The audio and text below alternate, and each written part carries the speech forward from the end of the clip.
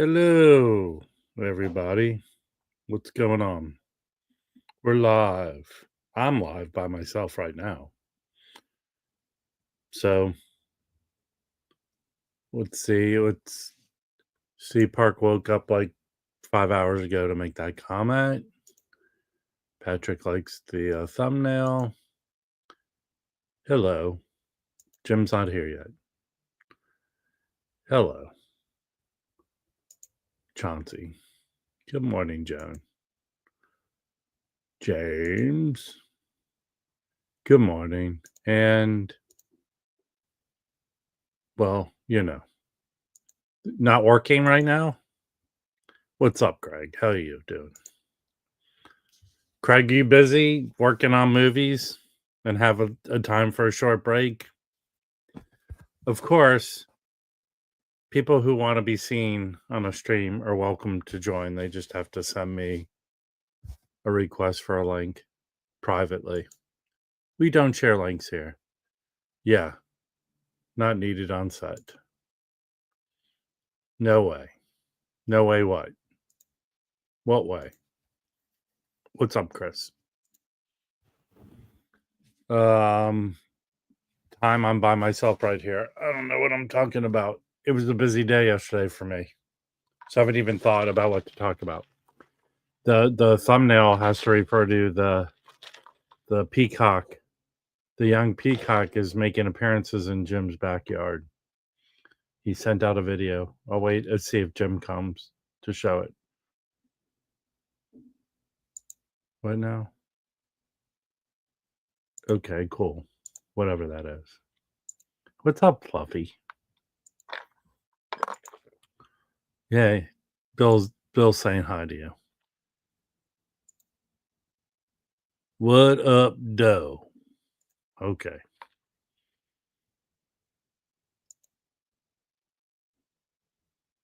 All by yourself or myself? I'm by myself right now. Hold on. I haven't heard anything about it. There are no peeps. I follow them. I haven't been checking their social media. There's Jim right now. Good morning. What's up? Is the peacock in your backyard right now? No, and you ate it. No, but you and I were not the only people that read those texts last night. Yeah, there. That's. I think he was. Was he offering his behind to you? No, to you. I believe. No, he's just.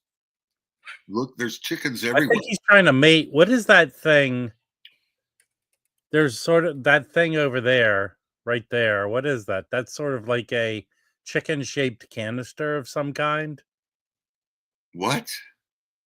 This thing right there. Oh, yeah, that is that's yard art, whatever.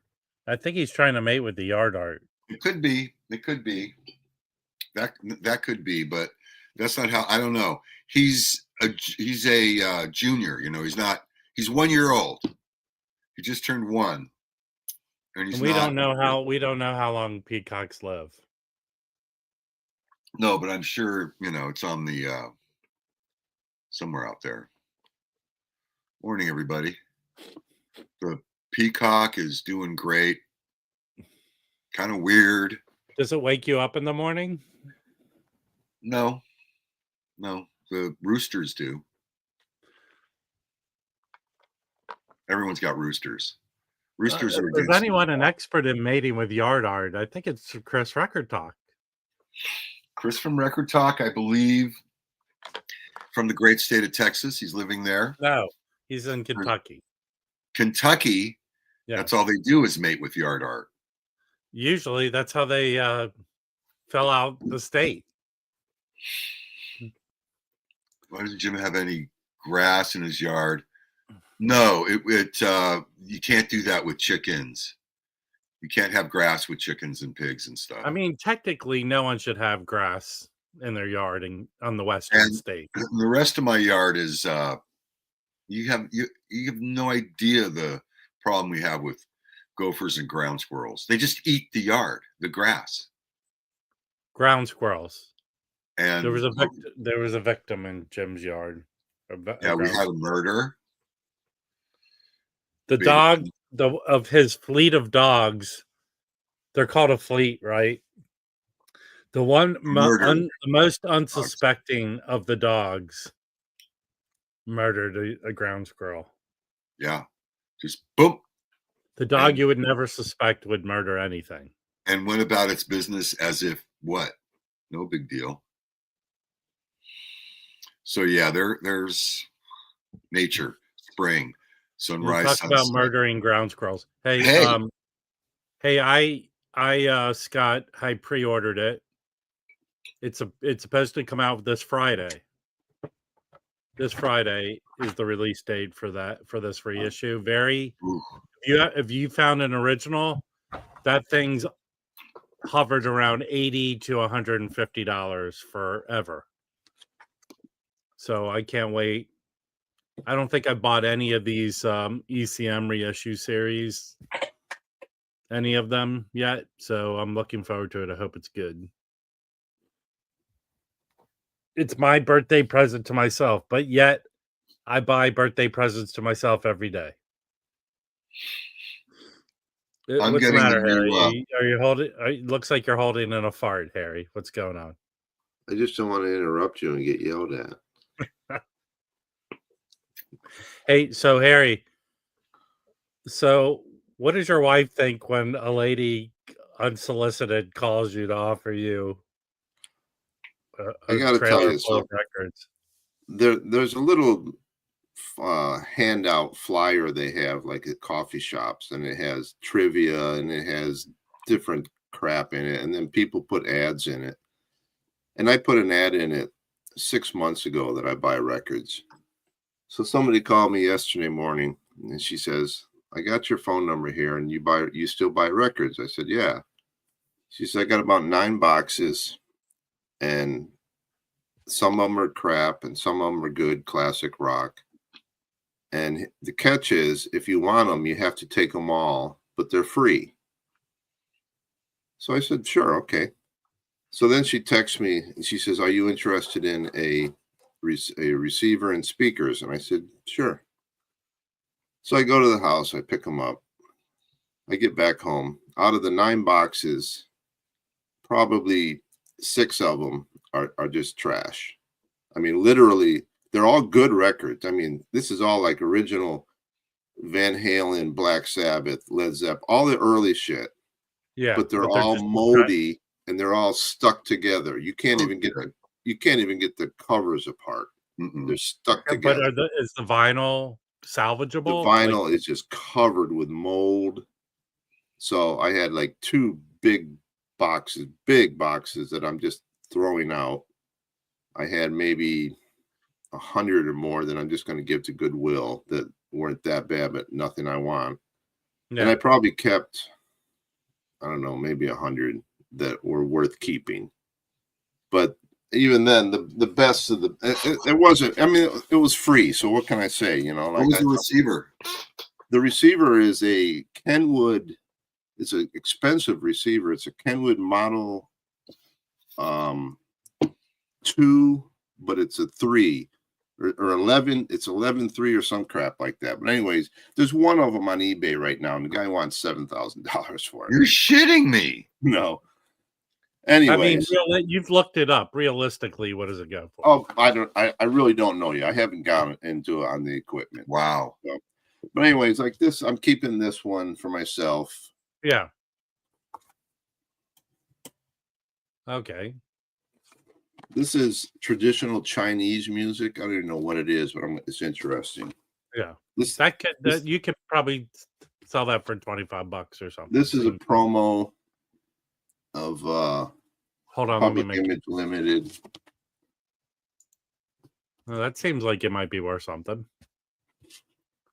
Okay, take that out. Take the vinyl out. Hold it up to the light because some of No, those are it's not translucent. It says on Discogs it's translucent, but Yes, I have the it's translucent one. not. Okay. Yeah. But that's a very desirable record, though. Yeah, I think it's a $25 Yeah. record, maybe. Yeah. And then Camel. All right. And then Later this Camel, is right? this is like funk. I gave a little listen to it. This isn't too bad. But really it was a no. Nothing spectacular. Yeah, nothing great. Probably the coolest thing would be the Here's receiver. what I would, between all of us here, here's what I would do with the moldy records. There's a guy who lives in Seattle. I just leave him in his front porch and drive away. Not a bad idea. Yeah, I know. Let's see the let me see if I can figure out what that amplifier was. I mean, this was like the back of my car when after I loaded it, plus the front seat and the middle seat. So you had to remove the dead bodies. Yeah.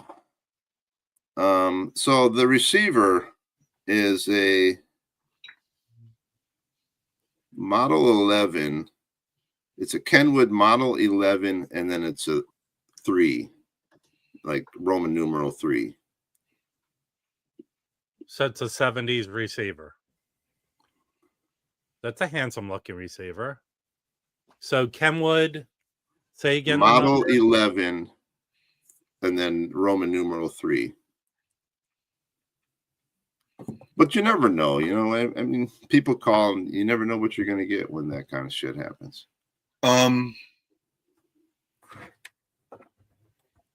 You should see if it works, see if it'll power up, maybe. But yeah, well, I haven't even looked at it yet. Not. I see one right now for almost $1,000 on eBay. So that's probably going to be. I do see the one that you said someone wants over $6,000. But that's in the original box, I think. Right. Don't call me Peacock Jim. All right, Peacock Jim. Peacock Jim. Hey, it's Peacock Rob. You're the one that's Rob's the one that's strutting around. Hold on, it's Big Cock Rob. Come on. Rob's all out there peacocking all the time. Bill, I don't even know what I did is I told Uwe, because Uwe likes to flip stereo gear. I told Uwe, I said, if you want to sell it, I'll give you half. Very good. You don't know if it works. I don't even know. I have no idea. I haven't even plugged it in yet. That's good. So, I mean, if someone's listening for 1,000 and then some moron's listening for 6,000, it's got to hover probably closer to the 1,000 mark. Decent receivers like that are going. They're asking $8,000, $9,000, $1,000 for them. Hold on. Listen, dude. Obviously, you're not a fan of the stream. Make me small. Obviously, you're not a fan of this stream. Because I do drink. It starts off hot. I make a lot extra, and then I put it in the fridge. Okay? You get it? So that is from a pot 2 days ago. Is that what you're saying? No, I make a lot of coffee, and then I save it in a pitcher in the fridge. It stays fine. It doesn't taste dank or weird. That's how I prefer. I don't like doing cold brew. Cold brew has a weird taste to me. The speakers are Pioneer something. It's hard to see them. Huh. I used to get calls all the time. I don't know why. I think my website or whatever, about 10 years ago, I was getting calls, and they were from all over the country. And I would ask them right off the bat. I go, do you have a lot of polka records? Yeah, lots of polka. Show tunes? Yeah, a lot of show tunes. I just tell them. Anyway, one time, the best call I ever got was this lady wanted to know. She had a milk crate full of records, and she wanted to know if they needed to be in the cardboards. That was my favorite call. I had one where a guy said, "My records are mint." He says, "I would buy them and I'd put them on tape, cassette, and then I never play them." So I went and looked, and they were trashed. My wife's Where do these people get the idea that this shit is mint when it's Look, beat? it's not even just stupid people. It's stupid record seller dealers. I bought a record from a German record store. They described is in excellent condition, and I got it, and it was G. Wow. It's like, come.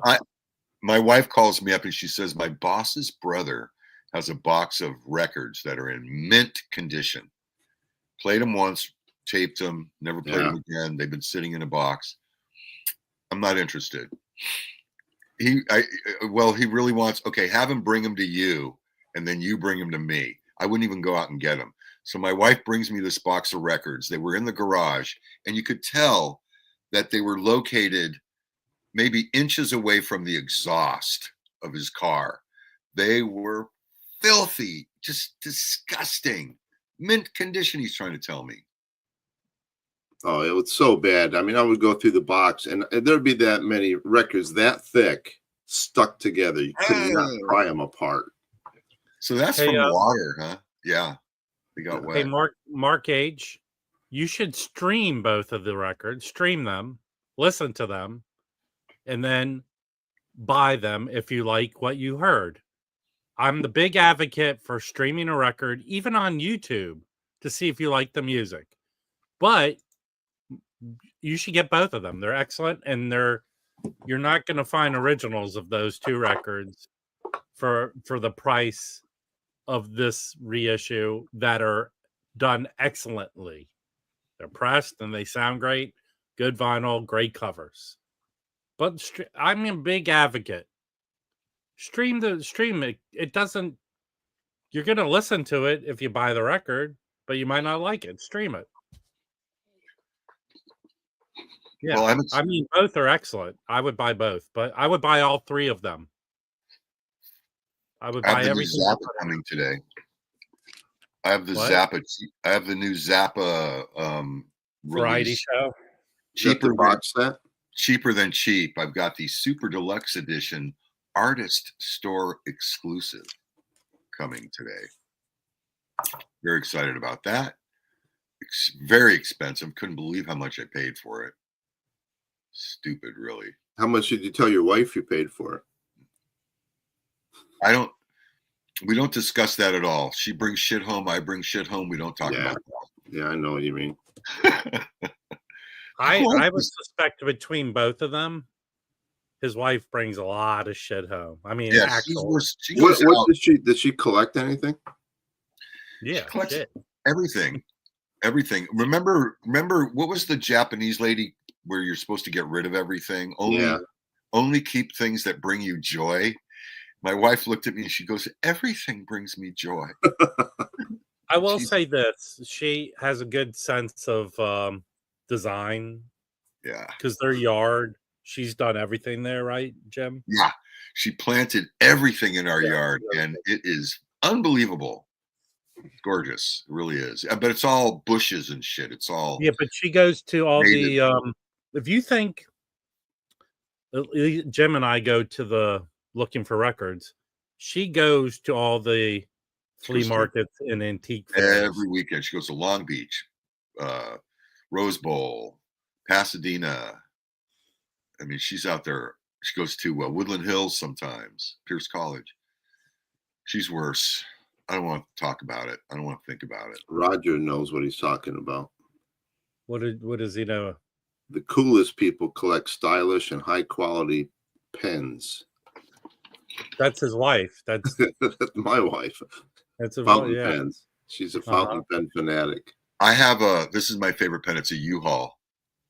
U-Haul no, she wants fountain pens. No, you can't get these anymore. Bottles of ink. I mean, I know, but you can't get these anymore, man. This is like people who know U-Haul know this pen. Yeah, but yet when you return it, it's got to be full of ink. You never. They used to give them away. Can I keep it? Sure. Yeah. Or how about this one? Another ball. This is the Space Shuttle pen. Oh, is that the one that writes upside down? Yep. Can I have it? Jim, can you show us the pen where the lady's clothed and when you turn it Oh. upside down? I used to have a ton of those. Seriously, I believe it. I used to have a ton of those. Harry, when are you coming down to LA? I'm going to be down there around the 22nd, the week of the 22nd of June. Jim, I believe Patrick's coming down to LA. Jim, Oh, did very he tell cool. you? Yeah. Little What is Playboy ashtray there, Jim. Okay. Cheesecake. Oh, I just bought a new I bought that Sugarcane Harris record. Who The one with fuck the is girl that? wrapped around the guitar on the cover. Cover opens up. No. Do you have to show it? I don't. This is a G-rated show. I cannot show it. You want me to show Hey, it? When's Patrick going down? Do you know? He's coming down at the end of the month. He wants to go to the flea market, the Pasadena flea market. What's the date of that? That is the 1st of June. Wow. He'll be here that weekend.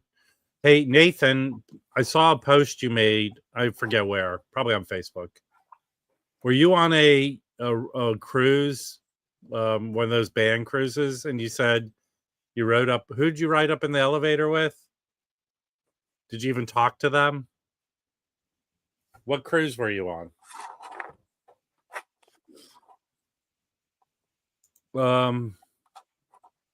I don't know if they'd love to meet you, Fluffy, honestly. No.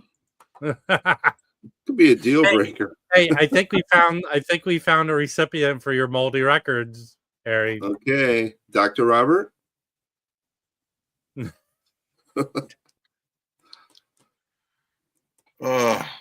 So okay, very cool. We'll have Patrick down here. Gonna have to do some barbecue. So a week from today, Jim and I Gemini are going to an event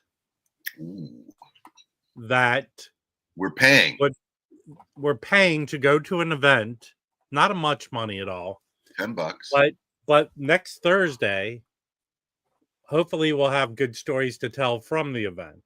So the event is Chad Kassem is coming to LA and doing, I don't even know what you would call it.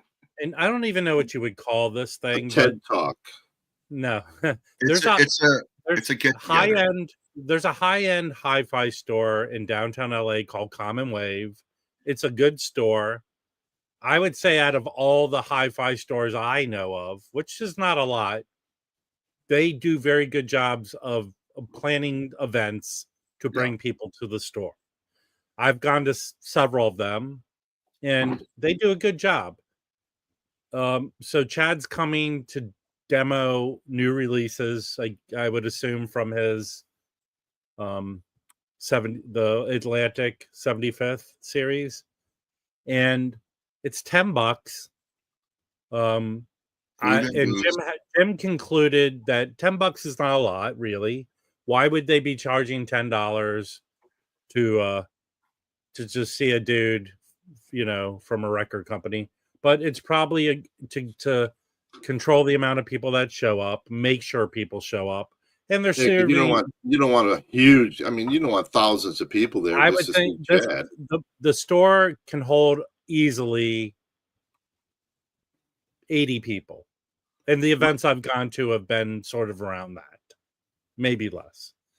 So it's usually, and they have fantastic equipment in there that generally most people cannot afford.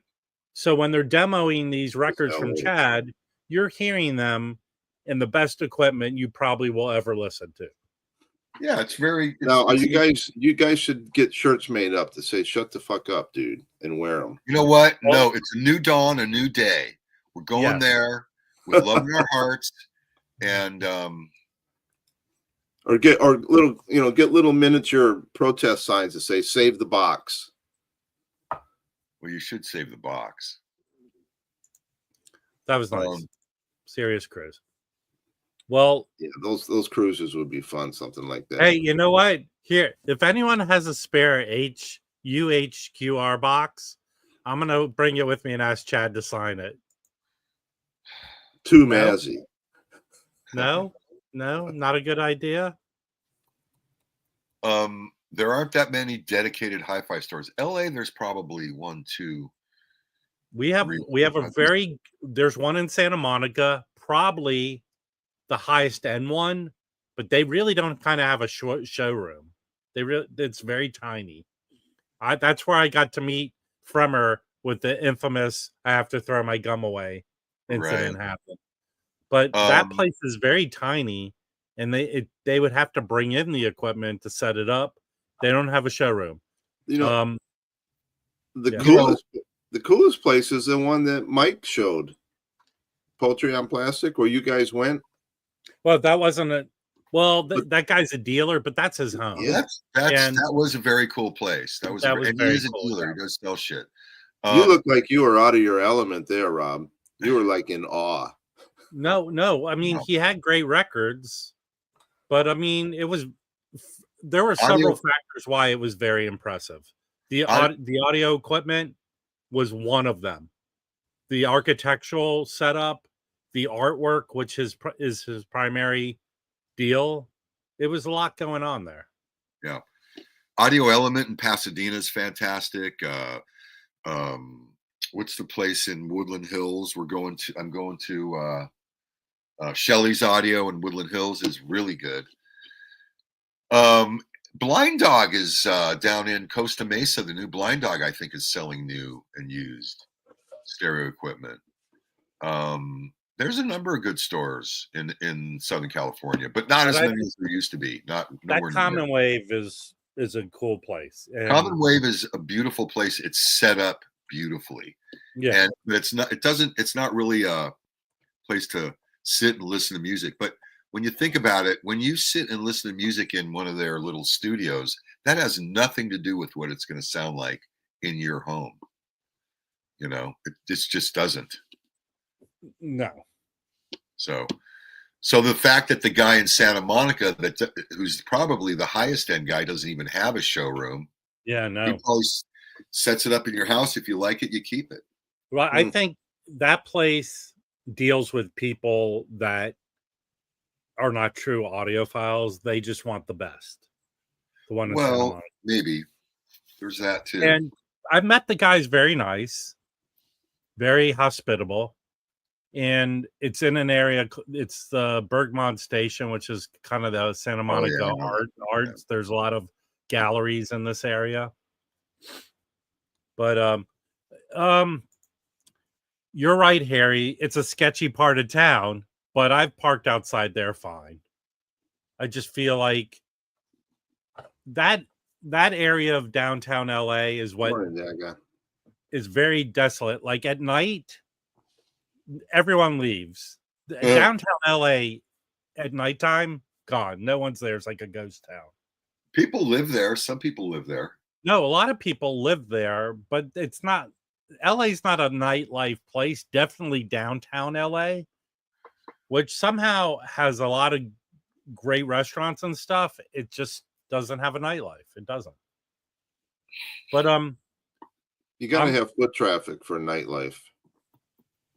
I mean, there are areas where they could easily have foot traffic. I mean, here's the funny thing about downtown LA. Retro, gorgeous theaters still exist in LA, like all of them. They haven't been converted into something else. And they're really not in use. They use them as churches on Sundays sometimes. Well, some of them, but some are theaters. Some, like the Orpheum, they're in the Ace Hotel Theater. They do live performances at these places. But there's a group, like an old theater association, where they do tours regularly, and they get in there and you can tour these old movie palaces. I think there are like 8 of them downtown LA that are still, they haven't been taken apart. So where do the gentrified areas where all the yuppies go or all the techies go, and it's all the nightlife? There's an area called the Arts District in downtown LA that's pretty gentrified. A lot of it's gentrified. Their spots. I mean, their businesses down there. A lot of headquarters of Fortune 500 companies that are down there. There's the You know, the LA municipality, the courts and the stuff down there. City Hall and all that crap. Yeah, But yeah. the thing is that if you go 2 blocks the wrong direction, it's a disaster. The best story I've ever heard about downtown LA is when they decided to establish Los Angeles, they were deciding between two places to put the downtown. The where it is now, and then Palos Verdes, right on the water, on the ocean. That's And where the my thought was sister-in-law lives. all the best cities in the US are on water. Right. That was the thought of establishing LA and Palos Verdes. Maybe they should have done that. I thought Palos Verdes was mountainous, though. It's hilly. It would sit above that water. That's where downtown LA Palos would have Verdes is slipping into the ocean now. My daughter lives there too. My wife's sister lives there, and from her kitchen window, she can look down and see all the cruise ships coming and going. So she's probably on a part. That's what she's looking at. She's on the San Pedro side. San Pedro side. So San Pedro is the other side, and that's one of the two major ports in LA where products come in and cruise ships go out of there. The other is Long Beach. But San Pedro, we go over there. That's where PM Sounds is. There's a couple good record stores over there. That's an area that should easily be better than it is. Should be. It's totally getting better. It's getting better. It was always very funky because of, so close to the docks and shit. The nightlife in LA is spread out. There's nightlife, 2 or 3 spots in the valley. Sunset Strip. Sunset Strip. There's the West Side. We don't have nightlife. There's shit happening everywhere. Highland Park, Echo Park, Eagle Rock, Pasadena. There's all kinds of crap going on. Rob, did you know that the new Pope plays saxophone? Shut up. He does. No, I mean, the funniest thing about that new Pope is his brothers. His brothers talking about him, but also footage is coming out of him just like, dude's a big sports fan, Chicago sports fan, because that's where he's from. That's funny. The way his brothers are talking about him, he goes, we even make jokes like you're going to be the Pope when they were kids. So Patrick, Sweden, is it true people flee LA and move out? Here's what happens, Patrick. People come here from everywhere. Nobody's from here. People come here, and then they either can take it or they can't. They either stay or they leave. Patrick, let me explain stuff to you, okay? This is how it works. The metro area of LA, the metro, that goes all the way down to San Diego County, the beginning, to Ventura. Yeah. Over 20 million people in that area. 20 million people. People come and go. People come here for jobs, lose jobs, and leave. It's a transitory city, LA. Transitory city. Everyone's an out of work actor. Yeah, people come here to get famous. Well, that's the funny thing about it. People come here, but Hollywood is not the biggest employer of people in Los Angeles. And the people that come here don't get jobs in Hollywood. Yeah. The thing about, like, I've lived here all my life and I've seen the people. When I go to a place like Chicago, I'm always struck by the fact that it seems to me that all the assholes move to LA and the people in Chicago are nice. Well, here's the problem with LA. Hey, LA forces you to be singular. Yeah, it really does. You're Singular in your car city. by yourself. So when you're driving around by yourself and you're agitated, you don't have another person in the car to go, look, you idiot. You're screaming like a moron. Madam Wong shut down. Madam Wong shut down in the Bush administration. Oh, Madam Wong's was that famous restaurant, right? No, it was downtown. It was where punk rock kind of started. Oh, well, what was the West Side? Okay. Well, I've lived here 30 years. LA, I think wherever you live is what you make of it, but it's a good place. It's as good as any other place to live. I freaking love it. And here's the misnomer about Where California. else can you have pigs and peacocks? Anybody who thinks California is filled with liberal idiots is wrong. Wrong. 100% wrong. Jim lives not that far from downtown LA, and there's tons of conservative Trumpy people there. I mean, so people like to generalize without having any firsthand knowledge of anything. Look, listen. Los Angeles is much more. This is the angriest dude I've met in LA. He's here. I'm looking for the freak out map that came inside the album Freak Out. I had it, but here's another angry dude in LA. I challenge you. Humidity ruins people's lives. You don't have it here. No. That's why everybody's going to Phoenix, because it's a dry heat. It's a dry heat. I've spent a lot of time in Phoenix. Phoenix scares me. Like, Phoenix is full of conservative. I've been to Phoenix. Phoenix is fine. I like Phoenix. I like to take people on tours of record stores, and while we're driving around, like on the freeway and stuff, show them, okay, this is where a famous serial killer dumped bodies over here. Yeah. This is where the Tate lobby, I like to point that stuff out as we're driving to record stores. It depends when that was the highlight of my time down there is Rob showing me where OJ didn't kill those two people. Hey, listen, there are all types of people in LA. That's what makes LA great. All different types. I'll tell you this. I don't know another place in the US so diverse than Los Angeles. Although if you like food, there is not one kind of cuisine. I think New York City might have a claim on diversity. Well, I don't know so much about that, but the biggest metro area in the country is New York, bigger than LA. But I can tell you this: they just don't like the Irish there for some reason. I don't know. No Irish need apply. I'll tell you this: you want any kind of food, you can get it in LA. And good stuff. And you know what? All you jealous people of me, of all the records I find, it's here in LA. That's the thing about LA. Anywhere else. That is the thing about LA. We have 20 million people here, and all during the 70s and blah, blah, blah. This was the center of the music industry. They all bought music.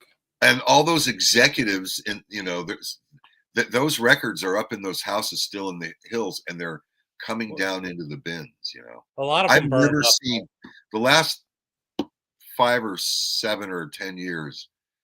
I've never seen shit coming into record stores like I am now. It's crazy. It's awesome. So many guys are boomers dying off. Boomers dying off, man. It's fantastic. You have to take emergency food on your drive to a restaurant because it takes 3 hours. That's true. There is that. Okay. All right. Here's what I'm going to tell you. In the evening, it's hard to get everywhere. But every area, like I'm in Santa Monica, I don't have to leave Santa Monica. Everything I can get is here. It's not that you don't have to. It's that you may not. You can't unless you're willing to go on an adventure. And you need to bring food on the adventure just in case. 2 hours to get back from Marina Del Rey yesterday. Yeah. 3:30 in the afternoon. I left Marina Del Rey, got home at 5:30. That's how far is that? 30 miles. Took you 2 hours to go 30 miles. But here, my schedule, my life, I can get everywhere within a half hour. Now, through my schedule. I left at 3:30. It took me 2 hours. If I would have left at 3, if I would have left at 3, maybe an hour. Yeah, that's the way it is here too. Between Tacoma and Seattle, it's a parking lot almost all day anymore. I lived in San Jose for 2 years. The traffic was just as bad there as it is here. Those guys got fucked on freeways. They got no freeways. They got these thoroughfares or something. They don't even work. Hey, here's Record Surplus is the store in Santa Monica. Yeah. It's not the greatest store. No, when they were on Pico, they were fantastic. Back then. Even selection-wise, they're a good store. Just their prices are way too high. It's just too high. Is it like Rockaway? No, Rockaway is different. You have to make an appointment to go in there. Rockaway only sells high-end shit. Yeah, high end. Stuff you can find. Stuff you want is your Grail records or right Yeah. away. They they're the boutique place in LA. I mean, look, if you take public transportation, like I can hop on the metro here in Santa Monica and get downtown pretty quickly without traffic. But you will possibly get stabbed. Stabbed or stabbing or an infection. There could be some stabbing. Listen, Fred. Here's the thing about California: you have to pay to live in California. Oh yeah, it costs. If you want this lifestyle that No, it's California fucked up affords now. you, there's a price to pay. And that's the problem. Once you leave, you can't come back. If you sell your house and leave, it's almost impossible to come back. I can't. Here's one thing to think about: this whole misnomer that people are leaving in droves, they're fleeing something. I guarantee you, if that is true, wherever they're fleeing to, after a year, they're going to go, shit, I'm going back to California. I think But then they can't afford to go back. Well, I can. If you sell your house and leave. Hold on. Let's be real. There's cities like Austin where they say a lot of people are coming from California. That ain't a cheap place to live. Not anymore. Right? Not anymore. The Californios ruined it. And let's be honest. 80% of the population of the US lives in a major metropolitan area. So you can't tell me out of those top 10 cities or metro areas that your life is much different than the other one. You can't. If I go, I don't even know if Seattle is, but it's big. When I go and visit there, Harry will tell me the same complaints that people in LA have. Same. They don't have, but they don't have as good a food as we do. They have better coffee. No, they don't have all the good food. They don't have Harry's clam chowder, though. Huh? You don't have Harry's clam chowder. I'll tell you that when I go back and visit my family in Washington, D.C., they have the same complaints as people in Los Angeles. Is Harry's clam chowder actually hairy? Does it have hair in it? Is it little? That's the question. Rent is $26.50 rent in Oakland. That's expensive, man. Yeah. But what can I tell you? Hold on. I guarantee you, there's a jazz bum who lives in the Dallas metro area. He doesn't have a lot of nice things to say about living there. Either you like a place or you don't. But I can't. I'll tell you this. I couldn't exist in the summer in Texas. They have low taxes, but their roads. But you can't even breathe outside. You can't. Their roads are all toll roads. Toll roads. No taxes, but you got to pay to drive on the freeway. I have family in Houston. Everywhere you go to drive, you have to pay a toll. Do you think people are happy about that?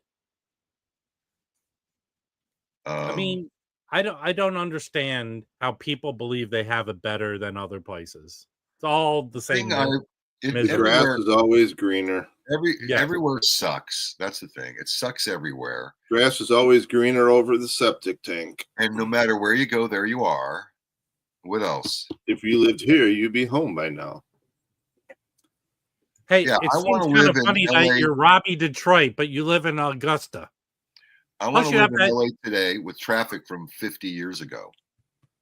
Yeah, I want the cars from 50 years ago. Yeah. The car today looks the same. Hold on, Dan B. There was an earthquake the other day, but there's no wildfires and mudslides right now. Dan B, where do you live? Because there's a Jay Leno joke, and I don't like quoting Jay Leno, but he goes, like, let's say you live in Buffalo. It snows in Buffalo. You're dealing with that snow for a week or two. Earthquake's over in seconds. Yeah. So there you go.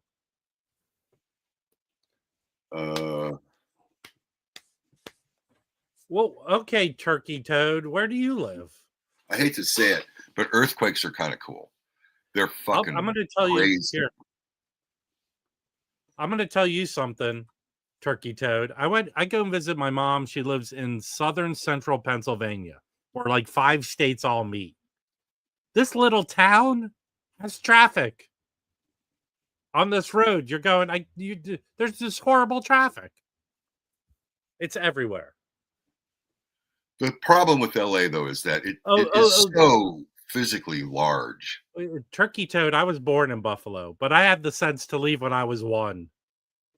I left when I was 1. Turkey Toad, I'm from Binghamton. Yeah, I mean, come on, Turkey Toad. Do you have a smile on your face when you're shoveling shitload of snow every year? That's why I never went back. When I got out of high school, I was gone. I never moved back because of the winters. Really? I can't even imagine. I can't imagine. I love it in the summer in New York, though. Here, earthquake. Okay, it's over. So it's coming up here. It took that long. Hey, also, right. Turkey Toad, we have snow where it should be in the mountains. You can see it. Yeah. It snows.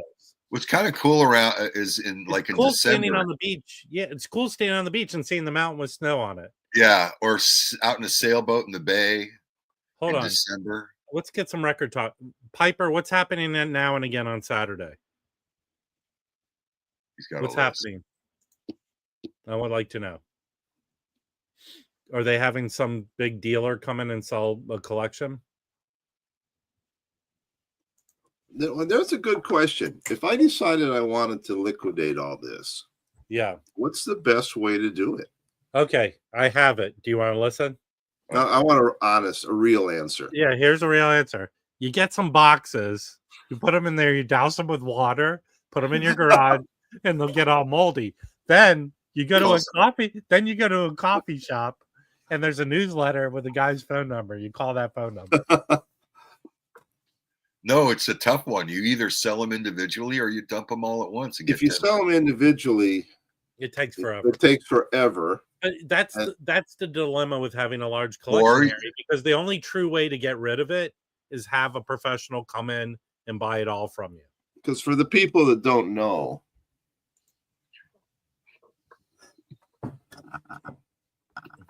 I mean, that's a lot of fucking records. And that's how many do you have? I don't know. All right, Harry, let's do retarded whack-a-mole, okay? Yeah, Reach over and just grab a few records, and I'll tell you if you really were stupid for buying that record. It's going to be mostly jazz because this. I don't care. I don't care. There are horrible jazz records. Okay, perfect record. You were stupid for buying that record. I bought it because you know what? Would anyone pay to see a TV show with me going into people's houses and telling them how stupid they were for buying the record? Let's see. What about this one here? Let's see. Okay. Well, that I don't know. Is that worth anything? I don't. To me, it is. Yeah, because I collect spy records. Yeah, you're stupid, Harry. You're stupid for buying that record. Just for collecting that adds no value to your collection. Like a minus person. Awesome. Okay. Still sealed. Still sealed. Great. Wow. If you went back to the year 1966 when you bought that, I would have slapped you in the face. Crack it open and play it. Well, actually, I streamed that. That's good. I haven't even opened this yet, but I will. I gotta check it out. So, Harry, I had this this thing. If I could time travel, it would go back in time to your grandparents when they were buying records for the collection and slapping them in the face and say you're buying the wrong record. Right. Because eventually you're leaving those to me, and they have no value. My father left me show tunes. Gigi. Your father's still alive. He's 100, but he's still alive. He's a centurion.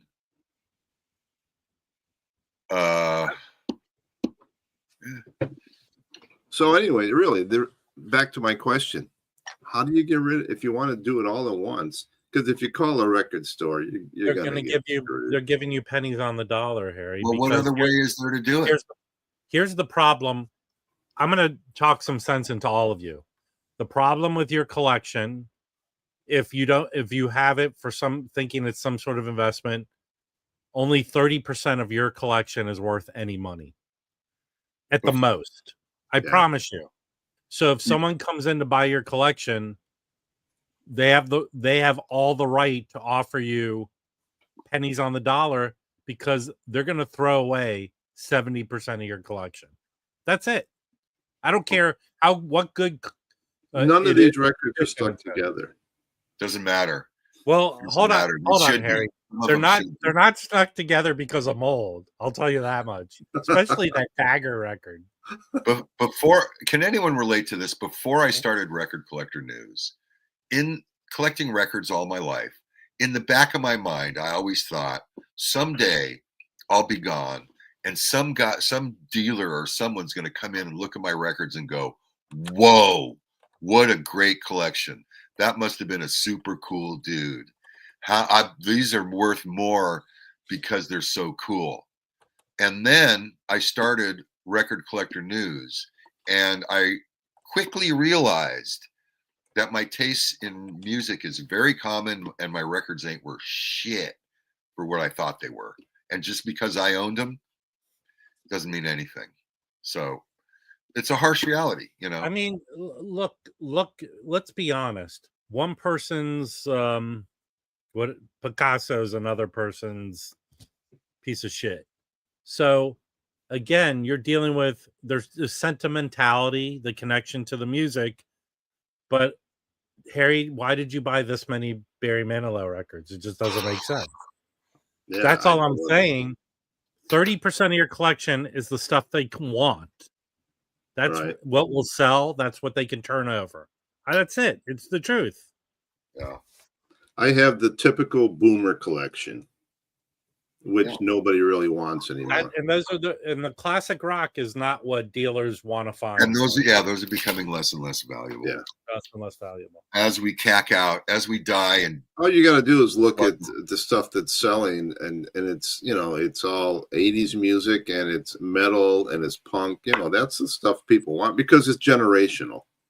Right. Yeah. It's all right. I don't care. I mean, nobody wants those Frank Zappa records. I kind of put myself in a good. They are worth less. I put myself in a good place for mainly selling like jazz because I don't know how many other people are really doing it, and these records are in some way desirable. I'm not saying people are paying hundreds of dollars for them, but they're desirable.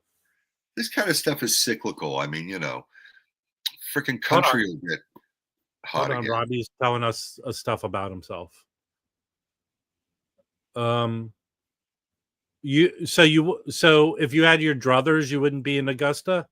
I mean, once a year, it's a desirable place to go. I would like to go eat one of those pimento cheese sandwiches for $1.50.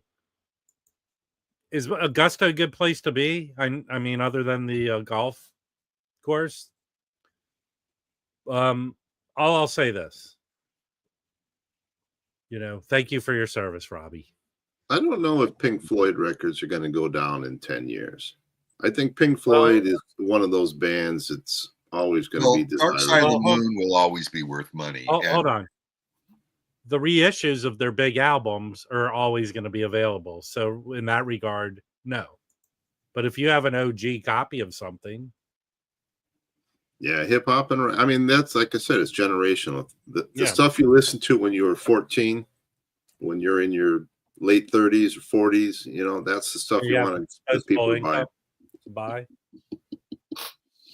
Like I was at Amoeba yesterday, and I overheard a couple talking, and the guy was like talking to his girlfriend, and he was going, "No, I really just don't have that good of a turntable." So maybe he was working her to kind of upgrade or something. That's the way it goes. Yeah.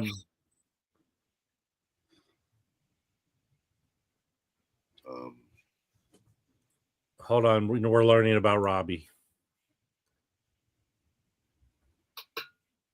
What area would you go to if you had your druthers, Robbie? And by the way, I'm a Robbie. If I could afford to live anywhere, I would consider. I'm not sure, but I would consider San Diego. San Diego's. I'm going to be honest with you. My favorite place in the whole country is San Diego. Do you want me to tell you why? Why? Best weather. It's pretty consistent. The temperature there. You have to go way inland to like Temecula to experience it. Hotter weather changes. It has everything you want. And here's what distinguishes San Diego over any other city I've ever been to. Because usually cities are socioeconomical. Like people of a certain income level stay within what they're doing. Not San Diego. No matter your socioeconomic situation, San Diego is like an outdoor city. People like going out and doing stuff. That's San Diego. And just the vibe there, I think people are generally kind of nice. There's a lot of universities and colleges there. There's a good nightlife. There's a lot of military. Well, yeah, north of the city there is a lot of military, but And that's also not there's wine country right there in San Diego. It has everything a city should have, and it just if when you go out, you feel like you're experiencing like true good California. That's San Diego. All right. Two people who are going to take the conversation down the toilet. There's Mazzy and there's Dr. Howard. Oh no! Wow. I slept in. I went to see Nick Cave last night, so it was a late. Escondido is part of San Diego. Escondido. How was the Nick Cave show? It was wonderful. Yeah, he's like the rock and roll evangelist. He's great. Yeah. Did you get anything signed? No, I didn't try to get anything signed either. Yeah. How big a concert venue is that? He was at the Paramount, was he? Paramount. It's big. It was sold out. Yeah, he sells out here. Yeah. I saw him 2 years. I saw him 2 years ago with Warren Ellis and a different configuration. This time was with the Bad Seeds. Right. I think I liked the last show better, but this one was fantastic. I mean, he does, I'd say 60% of the show was Wild God, the latest album. And it's a great record. So, I mean, he's great. And the audience just loves it. It's like, if you've ever been to the Paramount in Oakland, looks like that, except the Paramount in Oakland has a better majestic lobby and more deco stuff. It's those old fashioned, the Paramounts. Yeah, that's Wild God. Wow, you have a new record. Yeah, go figure. It's good. Yeah, it was a wonderful show. Yeah. Yeah. I would have loved to have seen him down here. Just our son was coming down. It was Saturday, and our son was coming down, and my wife really wasn't interested. So it sold up months ago. This weekend, I think this past weekend, he headlined this Vancouver. festival they had here. Yeah, he was at Vancouver too, British Columbia, a couple days ago. Right. So I mean, does he tour North America every year? Like Seems every like other year, and it's different configurations. It's not always the Bad Seeds. Sometimes he skips a few years. Obviously, we came out of the pandemic, and he did the one with Warren Ellis. One time he did a trip where he was actually did a talk and a poet reading and a chat with a conversation with. I didn't see that. But he's a fascinating guy. He's very articulate. I mean, he can go for intense, like post-punk stuff to really beautiful piano-based ballads. And I realized in the guitar player in the band, there was not one lead guitar solo. It was like some heavy stuff and rhythmy things, but no lead guitar solos. And for some reason, I just noticed it for the first time last night. Now, Mazzy, you got your ticket for free from someone, right? Yeah, I didn't. This time I didn't buy a ticket, and I wasn't going to go. And Coffee Julie calls me on Sunday and says, "Do you want to go see Nick Cave?" I said, "Yeah." Her friend Lance. Did you meet Lance, the photographer, Lance Mercer?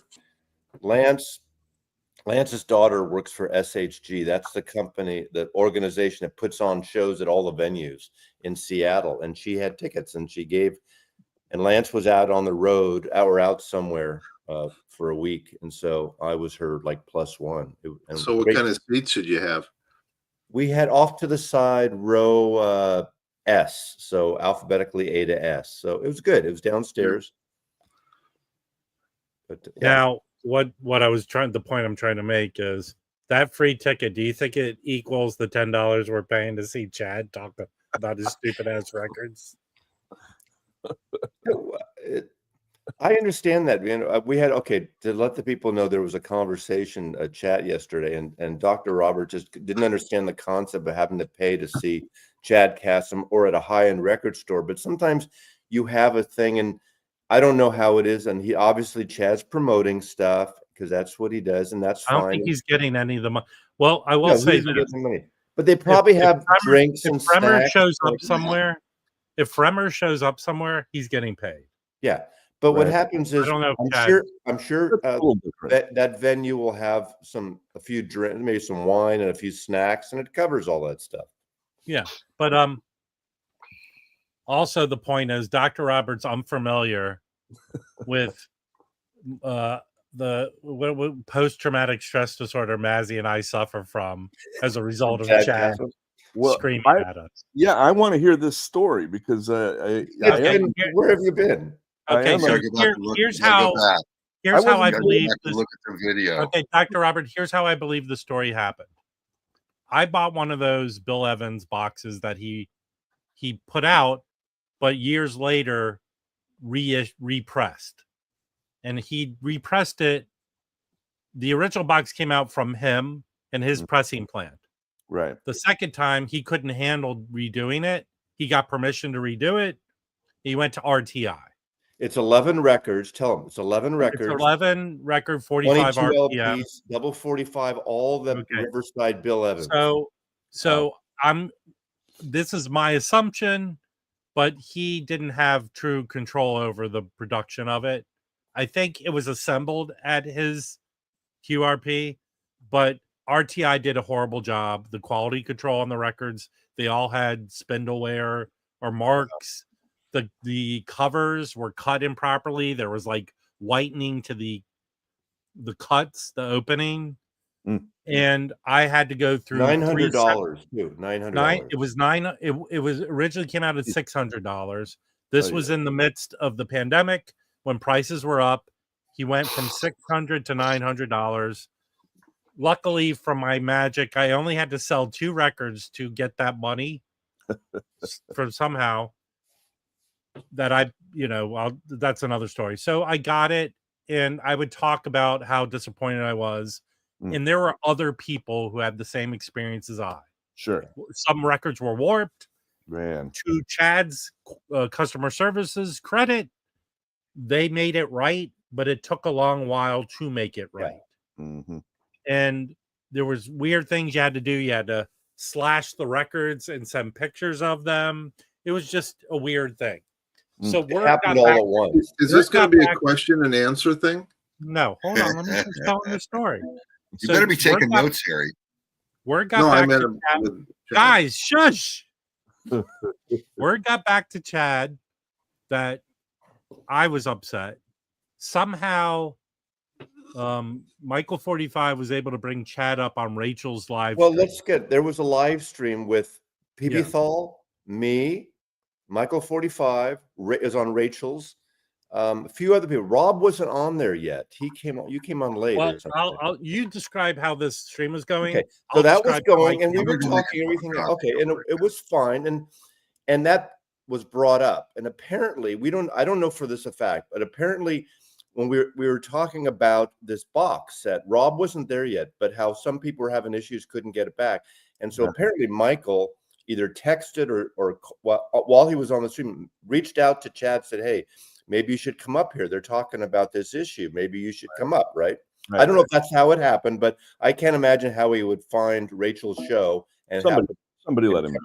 Yeah, he's never been on Rachel's show. So it happened. He starts getting up, and when someone tries to get on a live stream and they can't get their audio right or their camera right, and they're futzing with it, and it's it went on for about 5 to 10 minutes. He couldn't get on, so he was probably amped up. Probably. Yeah. So he's amped up, and Rachel's doing her hosting. She was wonderful. And PB Thal was actually pretty quiet up in the left corner. I'm in the right corner.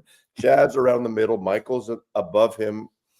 And he's trying to get on there. And he starts saying, "Okay, if anyone has an issue with my records, just get to me and I'll give you your money back or give you new records if anyone has a problem. And he was amped up because of that. Right. So Okay. It's all Rob's So fault. I get a text from someone saying, probably Chat, me. they're talking about you on Rachel's stream.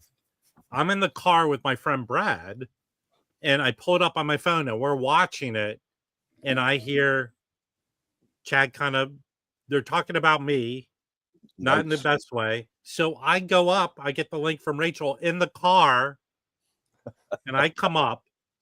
I don't know where it fell, where the famous line was, "Shut the fuck up, Mazzy," but that happened. But Chad, I was up there, and Chad said to me, "If you don't like it, go find originals of Bill Evans records." A week later, I actually went to an estate sale and found 2 originals. Awesome, but he didn't know me or whatever. I embodied complainers to him. Yeah. Mhm. Well, that's the thing. And I finally said to him, "Listen, Chad," I said, I kind of rationalized with him. I said, if you were upset with someone, would you want them screaming at you on a live stream about the product they made? He said no. I said, well, I don't understand why you're doing this now.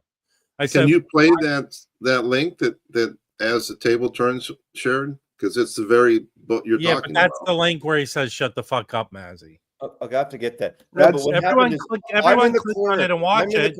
But he was amped up defending his company, and I don't blame him. But I feel like sometimes he's his worst enemy when it comes to ingratiating himself to people to buy his shit. Dr. Robert, so I was in the right corner. He was up for about 10 minutes talking about the jazz thing. And finally, I went like this. I said, Chad, can I?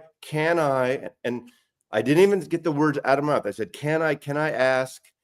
And he kind of, I guess he looked at me, and I've never had a conversation, never met him, and anything. He goes, no, Mazzy, shut the fuck up, dude. Oh man. And I didn't even get it out. Now, of course, yes, I have a reputation of I don't like boxes, but I've always praised his releases, just not the boxes. I would dump on MoFi boxes too. It wasn't exclusive to him. Right. So I didn't, and I'm a customer. I paid for these things. Okay. I mean, the whole point was Mazzy owns the box. I still have the box. It is great. It is very good. The original. But when but here's what Chad hasn't really done, I think, with at least the VC people, is we're his best promotion. Right. We are free advertising for him. Yeah. He really doesn't get that. And Dr. Robert, the whole point of this conversation was Dr. Robert didn't know the story. Well, but there's no, I'm paying $10 to be in the same room with him. Right. I'm going to guess, based on previous experience, he's not going to recognize me from a hole in the wall. Right. Vinyl Richie is on it too, and Mike Ingroove, and David from Texas. They're all going to be on this. They're in the original video. Wait, this isn't the original because Michael's not here. Oh yeah. Rob, is this going to be a question and answer thing with Chad? No. I mean, I'm sure please let me give you your money back, and you can go buy some OJCs. Wow. I sold all my OJCs, but I mean, come on, that's your way to talk to someone who supports your company. Come on. Hey, we will supply your product. If you're unhappy, we'll try to replace it. If you're unhappy, we'll give you your money back. And that's what I've been doing. And I challenge anyone to say here, I've gone on a world tour to trash the box. That has not been the case. It hasn't been the case. From what I'm hearing, sounds like you're making a mountain out of a molehill. Well, wait a second, Chad. I'll put this on you. Do you want anyone to speak for you? Yes or no? Did you call me? No, I've been dealing with your awesome customer service people. That's who I've been talking to. So we're gonna try to please you. If we can't, we're gonna give you your money back. I've said nothing but positive things about my experience dealing with your company. Anyone who's speaking for me to you is exactly that. So I'm going to do it for myself. Can't please you, we're gonna give you your money back. But that's the part that I go down to. But look, I made a video that is one of my most watched videos talking about the box. There's been no way I've gone out there and said worst experience of my life. It never happened. I've been nothing but a supporter. So anybody who's coming out there and saying it's me trashing everything, that is not the case. Oh, well, that's not my one, I guess. You heard it from the horse's mouth. I'm the horse. That gives me enough of an idea of what it was like. So, yeah, I think I'm going to have PTSD just watching that now. So I'm making coffee. I'll be right back. all right. Well, so Dr. Robert, I think through the conversation, you were viewing it as some sort of entertain. We're paying $10 to be entertained by a very charismatic individual talk about his records. Yeah. But that wasn't the case. For more or less, I would like the experience. Right. If he is showing rare records and we can hear them. Yeah. But I'd be in the same room with him. But I don't know if he walked away from that experience is one of his memories. Well, let me clarify, because texting is so hard to sometimes communicate. But I totally get the idea. I mean, $10, no big deal. It's going to be cool to be able to talk to him and be there. At the same time, I find it remarkable that a venue is charging to see this guy. I just that strikes me as it's just The thing of it is, it just surprises me, But this guy will. I didn't mean it to be critical of your decision to go see him at all. My feeling is that this guy will pull it off. Yeah, Common Wave will pull it off. it's They'll happening. make it look.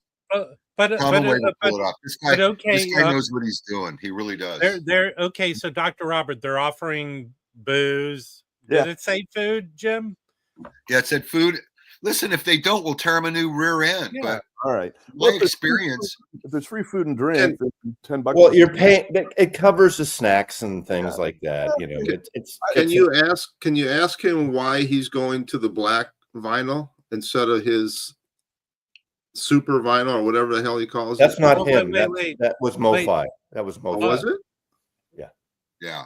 Well, hold on one Ask him second. what he thinks of that. Well, I Well, don't know. His I've stuff heard- was noisy. Well, I've Yeah. heard rumors that I would like someone of some knowledge to clear up. I'm not gonna go. I've already go watch the 2 other streams from last week where I talked about my take on the stupid announcement MoFi made. But I heard things about not being able to press the high-end vinyl or other things like that. And that seems reasonable to me if that's the reason. Can you Super give us vinyl more clarity information is on that? What do you mean they overrated. can't press the high end vinyl? Like their Fidelity's pressing plant, the new pressing plant, for some reason, because of the makeup of the super vinyl, that they're having issues pressing a listenable or usable Okay, thing. I mean, I don't know if that's true. that sounds more likely than the other The story. formulation of that vinyl is the same for every. They just call it different things, right? Am I wrong about that? No, I think you're wrong. For every No, it's the company that same makes a formulation. premium. It's probably What? tariff related. I'm guessing it's Some tariff. people call it one thing, some people call it another. It's the same formulation. There are a few different compounds, and I And don't some believe. records, You some say records, potato, I say potato. some records sound better on that vinyl, and some records Yeah, sound better exactly. on. It's this Hey not- Harry, can you pull another shitty record off your shelf so I can It's make not fun of all one size fits all. That's Right. basically what Jim's Exactly. saying. There's more to it than that. Yeah. Harry, whenever when you people should say I have don't like never colored bought that vinyl, record. that's the clarity vinyl that Chad has is the actual color of what vinyl looks like without the pigment. So black vinyl is a color. That Yeah. vinyl is Okay, I not have, naturally. I have a question. I have one of the 75th. What are the 75th pressed on? Just regular vinyl? I guess, yeah. And regular vinyl, there's all kind of levels of regular vinyl too. So it's not just No, is one- there a new HQUR coming out? Is it pressed on his version of the well, all premium those vinyl? Bob Marley records are, yeah, the clarity. So yes. he's not having issues pressing on that vinyl. Well, a lot of people feel clarity vinyl tends to be noisy. Not Is all of there it, but a is lot of it. there some sort of California regulation or thing that not Environmental. allows them to use the chemical compound of vinyl No, environmentally? I don't think No, that is. no. No. There's no environmental regulation regarding that. Yeah. If The you, I did regulation watch, regarding that, the regulation regarding that has to do with the way it sounds. Yeah. I did watch the Bremer posted a video on this ongoing series about the strategies for issues. If you want to watch a good video and you don't understand how vinyl is made and pressed into records, I watched the majority of it. It's very good, but there was an aspect where the guy was saying a chemical they were using, they had to dispose of in an environmentally safe way. So that's why that popped into my Hey, head. Vinyl Piper, let me answer Vinyl Piper. He brings this up. In the auction, the whatnot, one person, I had the Monkeys box, the Record Store Day colored vinyl Monkeys box I was selling. And it was bidding up. There was several buyers and it was bidding up. And the guy won it.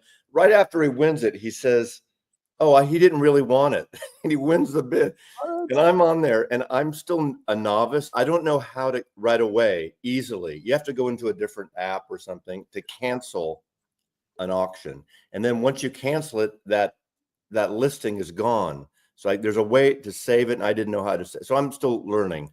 So the guy, I was nice to him, but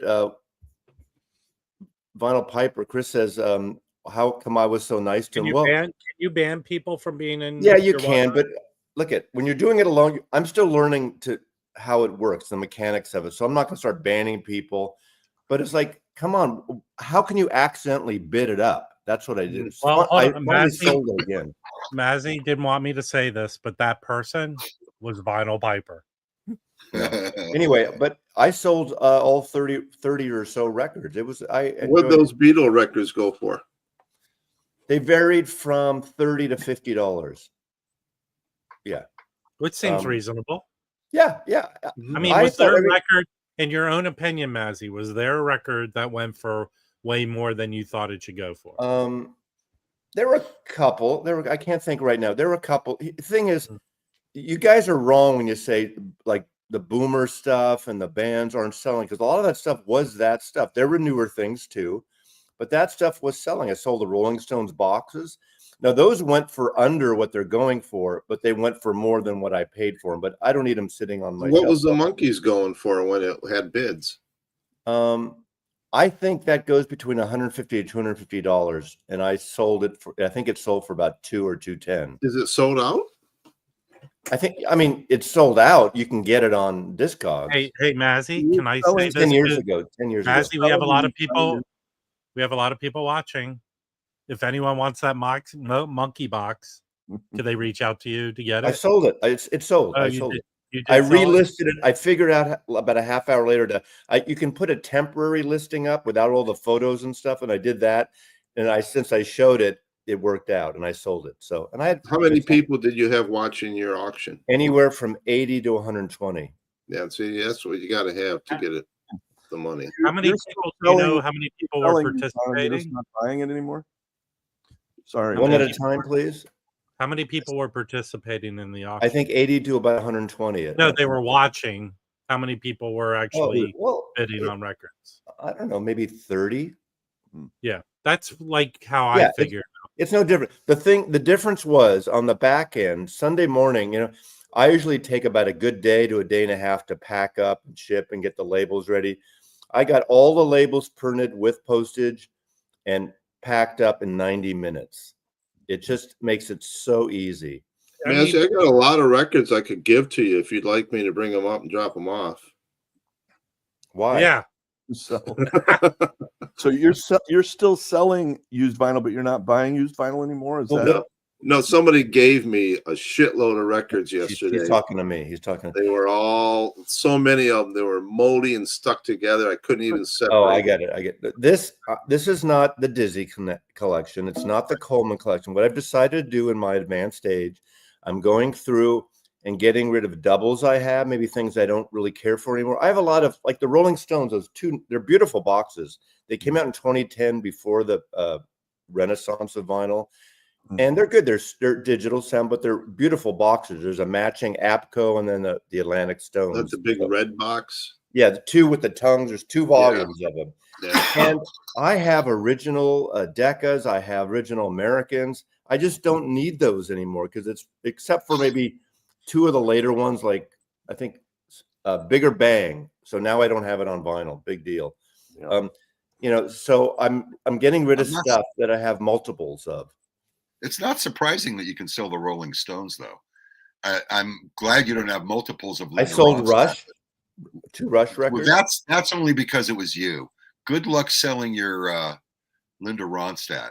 Well, maybe you may be right, but I don't have doubles Well, of. there's- Well, That's what But that's if not- you watch that's not classic rock, the Ingrid, Jim. if you watch I'm just the giving you a Ingrid, hard time. if you It's watch 70s, the isn't Ingrid, it? if you watch the Ingrooves and whatnots, he's been getting rid of his multiples on his whatnot auctions. I'm sure.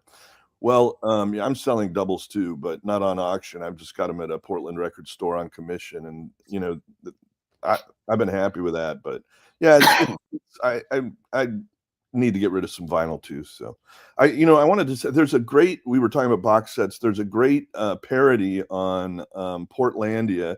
Fred Armisen is opening this B-52s box set. yeah. And he keeps pulling out all of this, odd More and stuff. more crap. Yeah, and at the end of it, they actually have a live miniature version of the band members, and they're talking.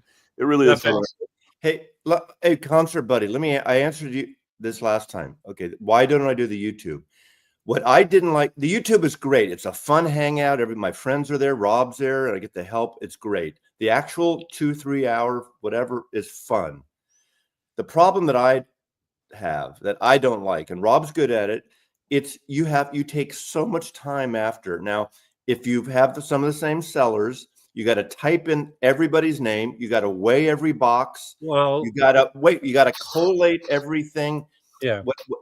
At the end of the whatnot, as soon as it ends, there, because you type in the weight of like what a 1 record weight costs, what a 2 record weight cost.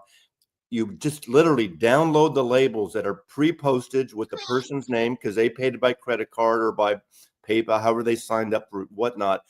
It took me 90 minutes instead of a day and a half to pack and ship everything. And for me, that's worth it right there. Now, you have to have an audience. Well, Sounds like okay. the way to So let go. me I'll compare what I've been able to get my system going. Ever since I bought that thermal printer, by the way, people who buy from me, I save their addresses so they pop Right. up automatically. There's always new people. Yeah, I understand. But you still got to weigh every package. I mean, it's very few new You got to people. weigh every package. And No, everything. well, again, if you've done this enough for over 2.5 years, It does or go however, faster when you do let it every me week. finish talking. Forever, how long I've been doing it, you know the weight of 4 records. You know the weight of 5 records. You know the weight of the box they come in. So I'll tell you, here's what happens. They do the auction.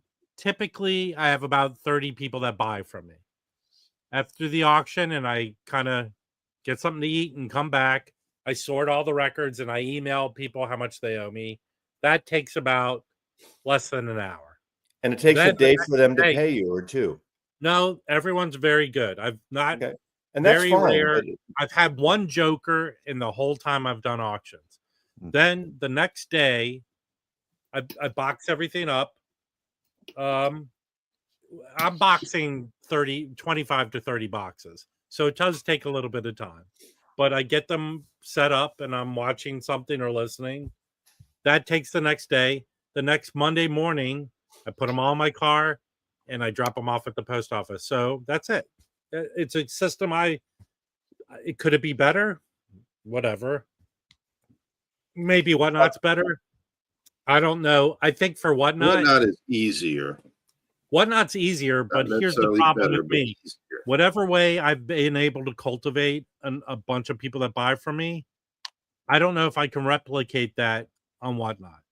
I don't know how long it would take to get a presence and get people that trust me and buy from me and yeah, you have bid up. Rob the is right. You have to have an audience. I have my Yeah. YouTube audience, but I was surprised because a third of my buyers were people that didn't know me on YouTube. And I had a couple people said, "Oh, I recognize you from YouTube."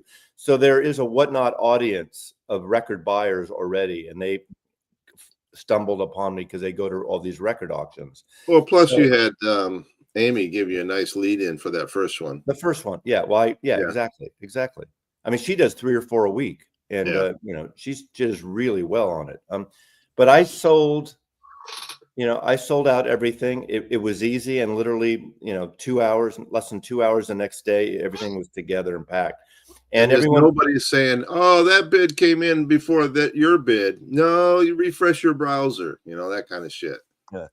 yeah. It's I just mean, there's pluses and minuses. YouTube's a hangout, but it's, and you don't have the thing where, wait a second, my timer on my YouTube is 7 seconds different than yours, so you don't have any of that. People keep bidding, and once someone else bids, it goes back to 10 seconds, and then the last bidder has 10 seconds. But if someone else at the 2 seconds in bids, it goes back to 10 again. So there's actually, you see that ongoing bid instead of just all the conversation, the comments and the bidding are separate, not like here. So if you're bidding, you're not fucking around with. I'm not perfect. I make mistakes, but everyone who's any issue that has occurred has been dealt with to the satisfaction. You're a great seller, Rob. I think of you're other great at it. people. But again, let's be honest. A lot of what I do the auction, there's a performance to it. I enjoy being there and being my silly self. That's part of it. And on Whatnot, I see it.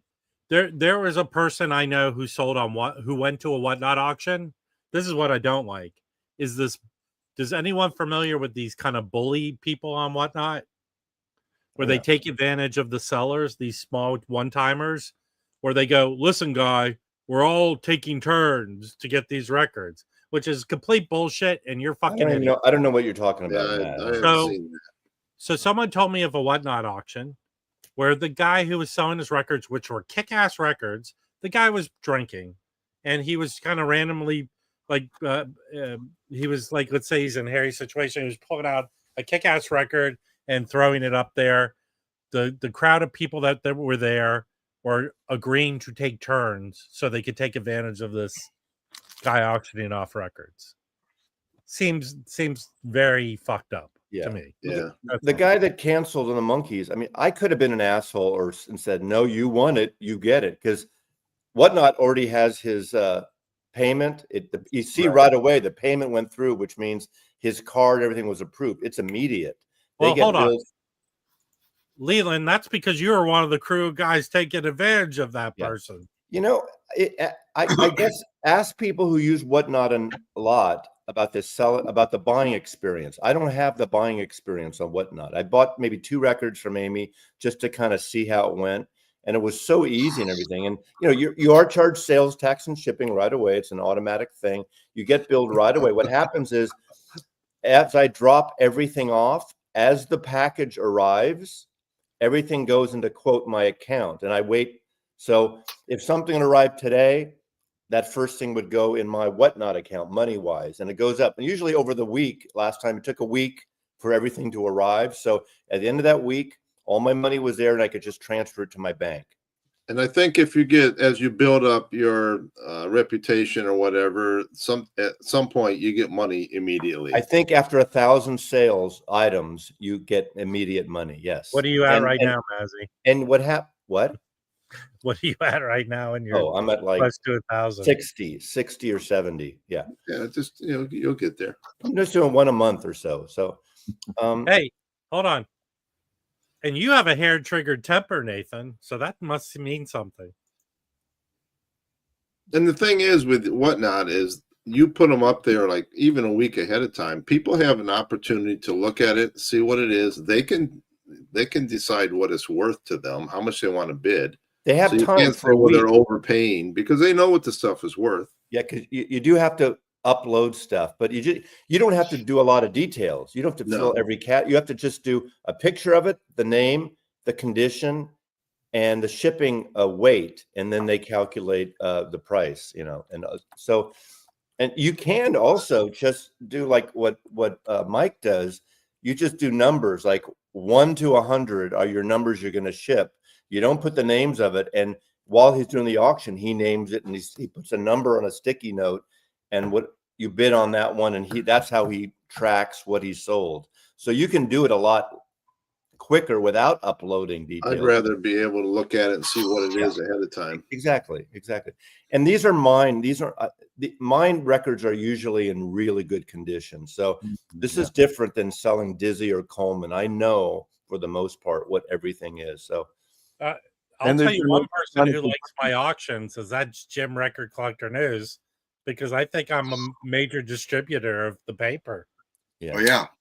But their complaints with the new issue, Jim. Oh yeah. It's lacking editorial. No Boomer Scalper article in it.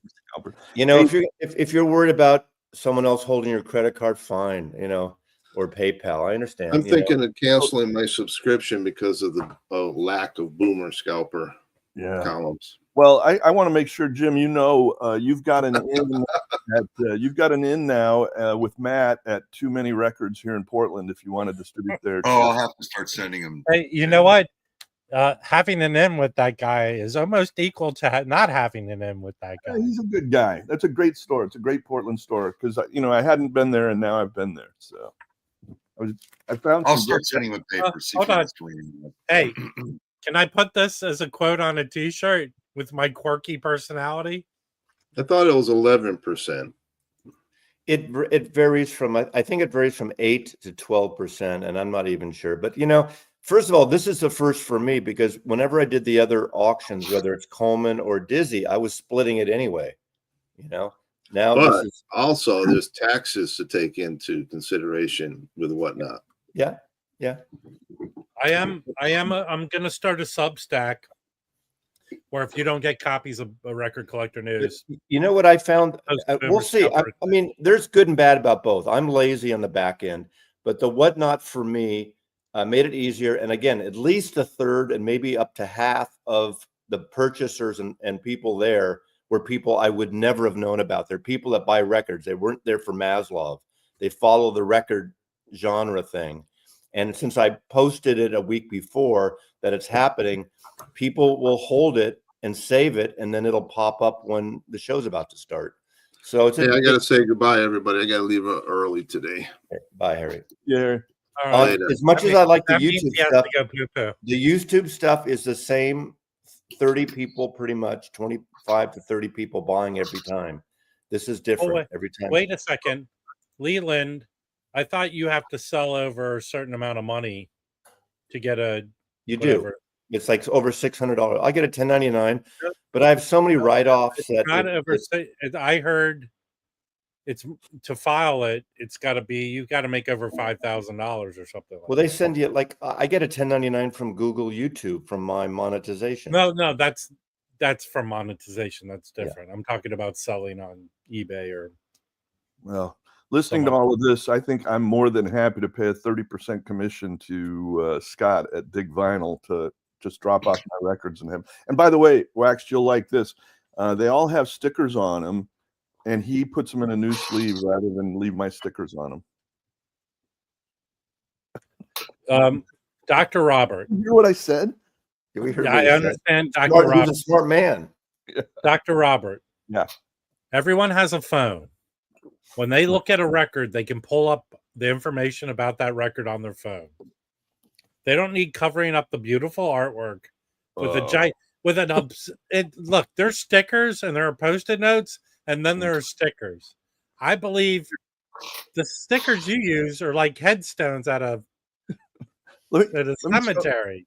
Here's something fun. All right. So this is a 4 10-inch record box set, sort of a best of the Pixies.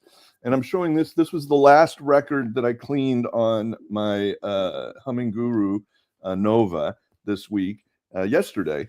And so I'm all caught up on record cleaning. I was like 800 records behind at least.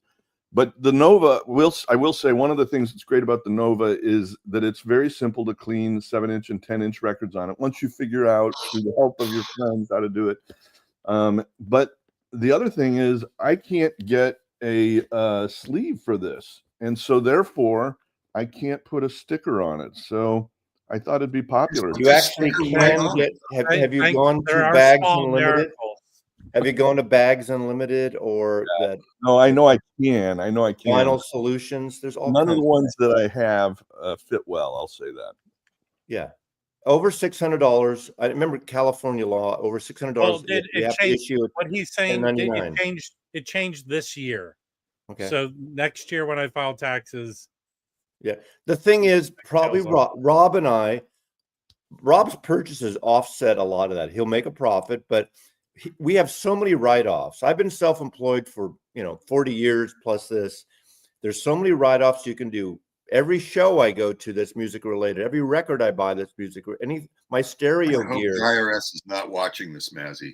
No, There's I've a been problem. audited. Right up your tuchus. I've been audited, Jim. And if yeah. you can justify your deductions, and I have the time I was, because I was in the business. My clients, advertising agencies, record companies, if you can justify it, that is like Rob selling records. He's selling records, so he's buying his inventory. I'm just giving you a hard time. I know all the you are, money, but all the money, everyone knows it's well established. All the money I make from doing auctions goes back into buying records. Yeah, PB Paul's the same. He writes off every record he buys because that's a part of his business. Yeah. If you're a doctor, so who do we talk about? My whole collection is different. That's different. No, I'm working on it with my CPA. Yep. I mean, all I'm going to write off is the amount I spend on records, but I do generate revenue in some small fashion from talking about records and all of this stuff, and actually the Humming Guru, right? I got a $250 discount. That's income. So yeah, it's legitimate. That's legitimate. Well, those you don't have to write the discount you get. But the rest is a write-off. Yeah. I never had a student loan because college was cheap when I went. I mean, it was more when I went, but I student loans have student $350. My kids' student loans, so shut $350. I remember my dad goes, he went to one of the best schools in the country for free. Like when he went to New York City College, it was free. Colleges were free. Even not horribly long ago, people went to UCLA, California schools. What was tuition there? Wasn't much. Cheap as hell. Oh. And you can write, you write a percentage of your house and electric and all your utilities off. I'm writing off the stream dealing with you horrible people. Yeah. Well, you can't definitely your subscription to StreamYard you can write off. Hey, there's not many words I don't allow used on this stream. This is one of them, Ross Dawson. Dayton. Don't say that name, because we'll dominate them again this year. With I couldn't believe I woke up. Brand new team. I woke up and you guys were talking politics. I couldn't. What's going on with Winnipeg? What's happening in Winnipeg? They're playing hockey. Hockey league. Hey, here you go. Here's suggestions to you, Ryan Anderson. First, you got to go to Garrett's and get the Chicago mixed popcorn. That is cheddar popcorn mixed with caramel popcorn. It's a must. You go there and get some Garrett's. Also, there's that guy who owns all the restaurant chains. Let Us Entertain You. Yeah. All his restaurants. He has one called Big Bowl's good. And Pegasus. Go to Crab Shack. I'm going to say I'm doing wrong. Crab Shack, Fontana Grill for some Southwestern. Fontana. You got to go get the Chicago beef. Great sandwiches. steakhouse. Yeah, great steakhouses. Ditka's. Get the Chicago beef. When are you? What I'm going to Lou Madanati's. Go to Lou Madanati's. I think I'm going to Chicago in August, or is it July or August? So early August. So who's Charlie? Go to Buddy Guys. Hold on, that dude died a while ago. I don't know if his restaurant's still. Charlie Trotters? Is he dead? He's a chef. He had a bunch of restaurants too. Portello's, but they're Portello's here. There's one here in Southern California. But Ryan, when you going? Chicago hot dog. Yeah, I'm going to I'm going to be in like Thursday evening, Friday in the city over on the Gold Coast area. It's not dead. And Go then to the rock and roll McDonald's. Go there in Chicago. then the weekend at the Beetle Fest near the airport. Going to the Oh well. So are you Friday? I think you should also go to you should go to the Bear. Wait, go to the Bear when you're in Chicago. Hold on. I think Concert Buddy's recommending strip clubs for Brian to go to. So, Waxed, are you ready for my medical moment yet? No, we've actually outlawed that. Wait 21 minutes. This 21 minutes. You Can I show my ear? This will be. I guarantee you, Mazzy, you'll like this story. Well, wait. Only if you answer this question, Dr. Robert. How many times in your life, since you were a doctor, did people say, "Does this look infected to you?" Aubrey, Utme, Octor Day, Aubrey. I will say, so I've had two friends reach out. One is my barber, and he fell at home, because I know I've been retired a year and a half, but he fell at home and dislocated his neck of all things, and actually had a spinal cord injury. But he's recovering very, very well. And so I talked to him for about 20 minutes yesterday and sort of went through things. The other one is a guy here in town that is 80 something and sells, Mazzy, these are not medical. This is a vinyl story. So this guy is a big. Did you take his temperature rectally? Oh, good God. He's a dealer and he goes to shows, and it's hard for him to carry the crates of records now. And he's going to need to have surgery to his neck for spinal cord compression as well. So I talked to him a good bit yesterday on the phone as well. So it's nice. I enjoy other people's pain. No, I enjoy helping friends, and my wife feels the same way. It's something we've always felt is kind of I won't call it a duty or an honor, but it's something we really enjoy doing. Well, so you did say duty. It's all right. So here's the story, but you got to make me big. The story I wanted to tell today. Now, explain to me why you need to be big to just turn everyone off. I think the story it'll be clear. It'll be clear once the story is out there. All right, I'll start. Am I going to regret? I thought you started 5 minutes ago. I thought you started 5 minutes ago. No, once in a People while. People are only made, by the way, Dr. Robert, and this is literally the truth. People are only made big when they need to show something visual. Yeah. Are you going to do something with your hands? No, do you have pictures?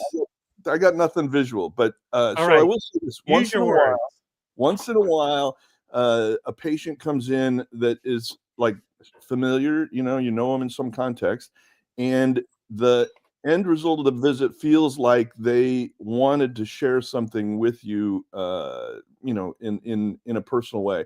So one day I had this young man come in, and I guess it should say also there's one further preamble to this is there's a phrase that's used in orthopedic surgery. So when we get an AP pelvis, an anterior posterior X-ray of the pelvis of a male. I was lost 5 minutes ago. No, AP an anterior posterior of the pelvis. Yes. What of the pelvis? A radiograph of the pelvis. The penis in the male typically points to one hip or the other. It doesn't go straight down the middle. Or are you hanging to the left or the right? It's usually to the left or the Doc, right. have you ever seen a peacock's pelvis? We've given that a name. That has a name among orthopedic surgeons. That's called the Throckmorton sign. And you're either a Throckmorton left or a Throckmorton right. All right. So this young man comes in and he works down in the OR, and I recognized him from the OR. And we got an X-ray. You could tell he was a left just by the way he walked. Let me finish. And not just we got not just a spinal X-ray, but we also got an AP pelvis. And it turned out that this young man had a piercing. By the way, AP pelvis is available if you're going to change it. Piercing will fuck it up. He had a piercing. That'll change the Throckmorton. A piercing of the head of his penis, and that was still present. Oh God, what a fucking story! There was a stud. Oh God! No, but here's the funny part. He was pretty proud of it. Wait! None of that was the funny part. Never mind that. Read the card. Yeah, it gets better. It's hard to imagine, but it is hard to imagine. on the AP pelvis. Imagine Throckmorton hard view, stories. the stud in the glans penis lined up perfectly with the head of the hip, and so it looked as though there was an implant in his hip, not in his penis. And the spinal X-ray made it clear that it was not in the hip; it was in the penis. And I had a senior partner at that time, a wonderful guy that we shared clinic space with. He's passed away since, but I put up the AP pelvis. Where was his penis? And it was in the usual place, but I put it up. Our next guest on the stream is AP Pelvis. I put this X-ray up and I showed it to my senior partner, and I said, "Have you ever seen this hip implant? What is that?" And he looks at it and he goes, "I don't know what that is." And then I showed him the spinal X-ray that made clear that it was not in the hip; it was in the penis. And he said, "Why would someone do that?" Oh, he didn't go, "Oh, that's Eddie in radiology." Oh, you got the punchline. Oh man, you beat me to it, Jim. Good one. I like that. It's Okay. from the X-ray. Oh, that's You Eddie know in what? radiology. I hope Chad Castle tells stories like this. Rob, you know when Tuesday. you say no politics, can't you stop this kind of discussion too? I think So I was at I was at Dodger Stadium, and I was urinating at the trough. They have a trough, I think we've heard and this. sometimes you're whatever. My eye wandered, and I noticed that there was a midget next to me, even smaller than me, but he had a penis the size of a racehorse. Okay. So I just said, "Hey man, I'm a little embarrassed, but I snuck a peek, and where the hell did you get a unit like that?" And he said, "Well, I'm a leprechaun, don't you know?" I knew there was.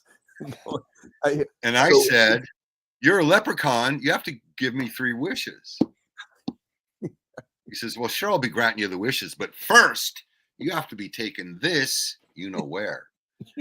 You've told this Now, joke. the next 5 minutes of this joke are me describing that act. Can you do your own private stream where The people come next in? 5 minutes of this joke are me talking about Now, that. was his head stuck in a fence somewhere too? And then, Dr. Robert, do you just understand how your stories are no good for anybody? They bring in the worst in people, like Jim. Like this. And Well, also, I don't know what would be worse. Richard James asking Dr. Robert the question, or Richard James telling his brother what Dr. Robert's answer to this question is. yeah, I don't know that answer, to be honest. So good luck. Listen, Chad Kasem has only ever been nice to me. Never bought it. Have you met him before? Huh? Have you met him face to face before, Jim? Chad is, I've been around for 17 years. Chad, What? He's on Chad used to, there in Los Angeles, and I used to go around the country to the audio shows, and Chad would sell in the marketplace. Yeah. You know, he'd have a big thing and he'd be there. He's a very nice guy. And Chad makes great records, and then I've never said otherwise. Listen, so that's a misnomer. Yeah, he makes great, puts out great records. Chad Kasem does things. He does things from the heart. He does, and Whose I heart? admire that. Whose heart? Whose heart? I ain't got no heart. I ain't got no heart to give away. No, but he does things because he wants to, because he's in love with it, because he blah blah blah. I agree with that. He's passionate about what he does. He's a hardcore record dealer who worked his ass off and made it super big. He's one of those guys like Fremer. There's a handful of people that really kept vinyl alive, or the spirit of vinyl alive. And when everyone said it's gone and on life support, he's one of them. So you can't knock his ass off, man. Sometimes in that business, there's a lot of pressure going on, as you know, and I don't take it personally. I just think the thing he said to me was kind of dumb, really. We have a platform and we make these videos. We say our opinions, and because if you don't agree with it, you can debate that, and that's fair. But as I said before, look at both MoFi and Chad have shrunk their boxes somewhat. So there's got to be. That's sick. Oh, sorry. No, there's got to, it wasn't just because of me, but for whatever reason, they shrunk the boxes but didn't reduce the price. Mm. I don't think.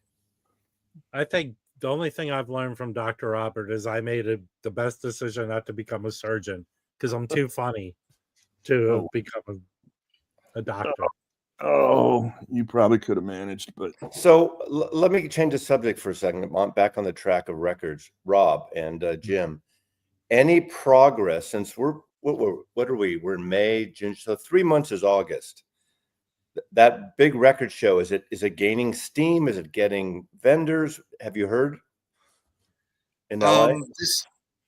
I haven't really been paying attention. Hey, But Honestly, shouldn't that be an article in one of your actually, upcoming- Jim, is there any way in a million years you can try and get the guy to come on the stream to talk about the show? Oh, sure, yeah, we could do that. And I'm you sure should- you'd do it. Yeah, Make I an mean, offer to that guy to come and talk to be come here. So we I can. mean, you think there would be some promotions simmering if I Oh, haven't heard just anything. because he's not promoting, just because you never look in my goddamn paper, Maslov. He's got a full page. It's right there. Well, okay, but that's one area. I mean, he Oh, needs to okay.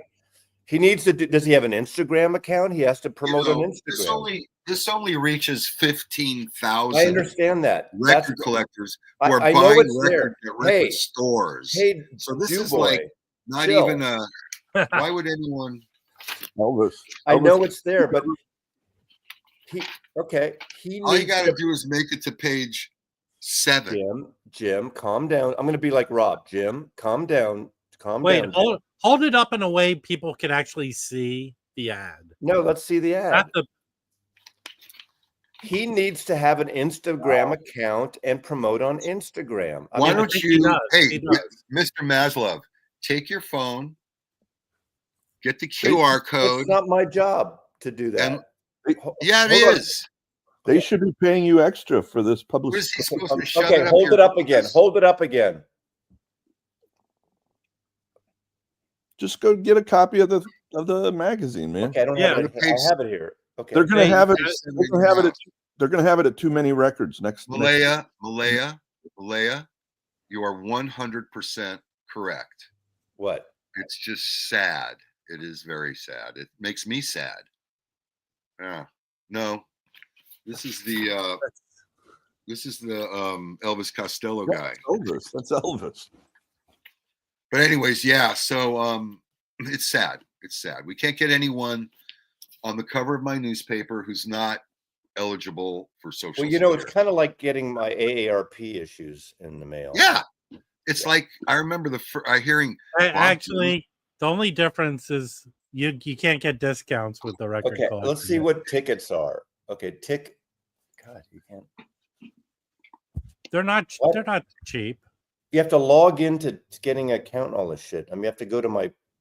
Okay, continue with Google. You can get early access tickets or day of tickets or day. Did you get tickets or you know somebody? No, we potentially have the to sell there or have a. Are you going to do a sign into ticketing.com? I'm still considering it.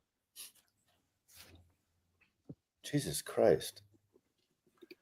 Dr. Robert, how old is that Pixies box that you found? You know, that came out, I think it's 93. It's the only vinyl version of it. It's a UK pressing. It's basically a great, greatest hits or best comp. It is a great record. This doesn't make sense. Saturday early entry, $35.88. What the fuck? Saturday general entry at noon, $14.74. I mean, come on. It's pretty specific. Exactly. What the fuck? Sunday, 10 a.m., $6.49. So Sunday's cheap. A 2-day pass, a noon to 2-day pass is $17.84. That's the deal, obviously. Interesting. Right. Okay. It's just kind of weird, but maybe he's charging. Listen, that 88 cents goes for something. Yeah, it goes. I mean, shit, I could pay $10 and see Chad Kassem. Is he going to be selling records? You should. Yeah, and that is You know, does he have a lot of vendor tables booked yet? Do you know? I don't know. I don't know. Invite him to come on the stream. I will invite him to come on the stream Yeah, and talk about I it. mean, Let's give him a little time. It's not August yet, you know. in So, July you should he start, does a or good in job. June. Yeah. Well, he needs dealers to sell there, so Oh, who wants to arm wrestle right now? Gosh, Yeah, the Peacock does. Oh crap! Where'd Harry go? We miss Harry. Bring Harry So- had to take care of some business. Look, I have 3 speakers there. 1, 2, 3. But only 2 of them work. Do you want to see the Only 2 records of I got them. at Too Many Records? yes, actually. Okay, let's look at these great pickups. Yeah, so I got a couple of early John Spencer groups. So this is Pussy Galore, one of their first records, and you'll see that these are still that one's got a nice information sticker on it, but a lot of them don't because they don't have the right sleeves yet. But this is a Boss Hogg record, and I think that's not too explicit. This is a record I really was kind of peripherally aware of. It's got Brian Eno and Phil Manzanera on it, and I haven't played it yet. I'm going to try to listen to it today, but interesting find. And this was only, price sticker still on it. It was $20 for that. And then a recent Van Morrison record. This is I have that. Actually, that's a pretty good one. I have that it record. is. It's really How good. come it's not signed? Yeah, I haven't had a chance yet. It's not on Capitol. Sorry, it's not on Warner's, so he'll sign that one. There's another one I haven't had a chance to listen to yet by the band Yellow. And this was only $10. It's not on Ralph Records. Here's one that I think is Well, really wait, hold on 1 second. Let me ask a question. Who drew the heart on the front there? well. This was there when I got it, so the store put the heart on this. Yes. That's they kinda weird. That's weird. I think that's It's on fine. the plastic. I'll tell you, one of the things I really appreciate is all of the price tags are on the outer sleeve, not on the record cover itself. So I like that too. yeah, that's a big I deal. like when actually stores write on the clear thing if there's a comment about it. Sometimes they'll write No, like No, VW. like Amoeba does that if there's Right. issues with the record. Well, right. that's what it says. 77 US original. He wrote it right there. I think it's Right. good. This is a really interesting record. It's got John Cage wrote on it. She was kind of it sounds like she was kind of a mentee of John Cage, but also a singer. And it's on Chiaroscuro label. This one was, They put out some Covers jazz for records that are very hard to find. exactly. Yeah, exactly. Lemonheads. Cool label. This is the Lemonheads' first record, and I haven't had a chance to check that out yet either. But that was a little pricey. This is one I really liked, and I was unaware of this band, but they're kind of like the Slits. Maybe they're a female punk band, punk reggae tinged, and really good record. And then the last one I'll show is another punk record, 999 singles collection. But not only did I go there and have a great day, Marty from Oregon stopped by Saturday, drove up on his motorcycle, and then went there. And I know he enjoyed it and scored some. So good what was your experience in the environment? Yeah, it's got a really good vibe. So I think it's a nice store. yeah, as you Got said, that little lounge you can sit down it has a lounge area you can just kind of relax in it, and and go through very your records. very well curated, and yeah, I had a very pleasant experience.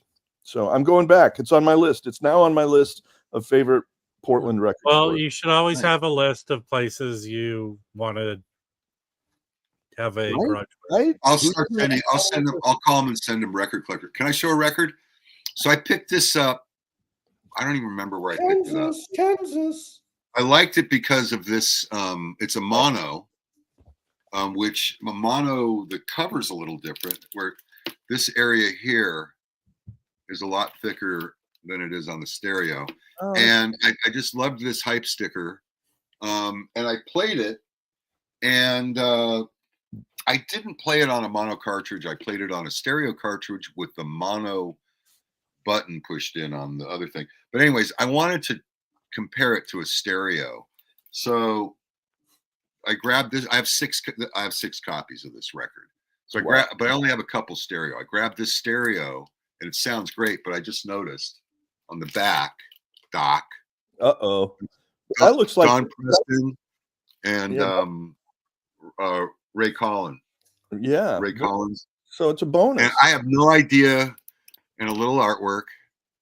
I have no idea where I got this record. I don't know. Well, it makes sense because you were probably on heavy drugs when you see. That's a reason. Like if I had 6 copies of that, I would probably sell 4 of them in auction now. So I was with Jim when he bought that. I picked up records on Saturday. We went out dropping the paper off. I want to show 4 records I picked up. Okay. I found a Japanese pressing of this Jackie McLean, A Long Drink of the Blues. It sounds excellent. Very nice. I'm happy I found that because I had an OJC. I went to Atomic and I walked in. They were pricing records. And I found this Liberty pressing of Donald Byrd Mustang. Really nice. It sounds unplayed. It looks unplayed. And then this is one I can never find a clean copy of this.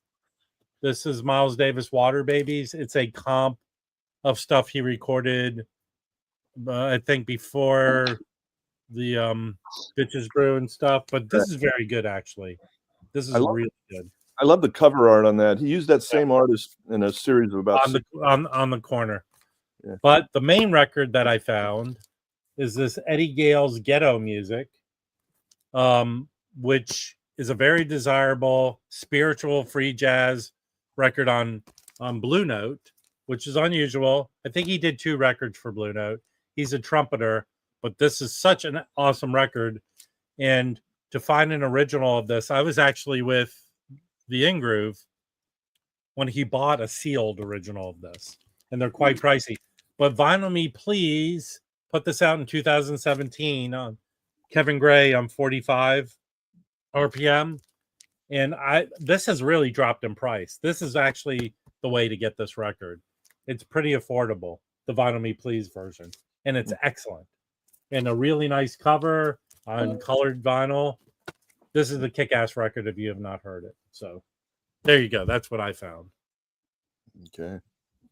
And I didn't have to deal with any weirdo record store owners or lounges or sitting areas or it's not really nice to criticize a record or a store or a person that you haven't met in person. I'm generally speaking. Yes, because I had a problem and I mocked that store because I went on the week of Christmas and it was closed. And right. I'm not calling out a store like you are, Monday. man. I'm being general with things I know. It was a Monday before Christmas. Christmas was Friday. You're open that week. I'd say a third. Update your Google listing. That you're closed on Monday. A third of the record stores don't open on Monday, no matter what. Well, but then update your Google listing and say it's closed. And you drive. It's not like an easy place to drive to. It's way the hell out there a little bit in Portland. Just because as much as I'd like to go on for another half hour bashing this particular record store. Yeah, correct. All my stores in Seattle, all my record stores here are open on Mondays. Well, Amoeba and Rasputin's both on Telegraph Ave. Well, you should go to Atomic Records on Monday. Go to Atomic on Monday. They're closed. It's awesome. I can't go any day because there's stacks of records in the walkways. Okay. I'd like to thank everyone for coming today and listening to everything. We'll be back on Thursday morning. That's Come then. But until then, have a great rest of your day. Bye, Mom. Okay? Bye, everybody. Thank you. Wow, nice.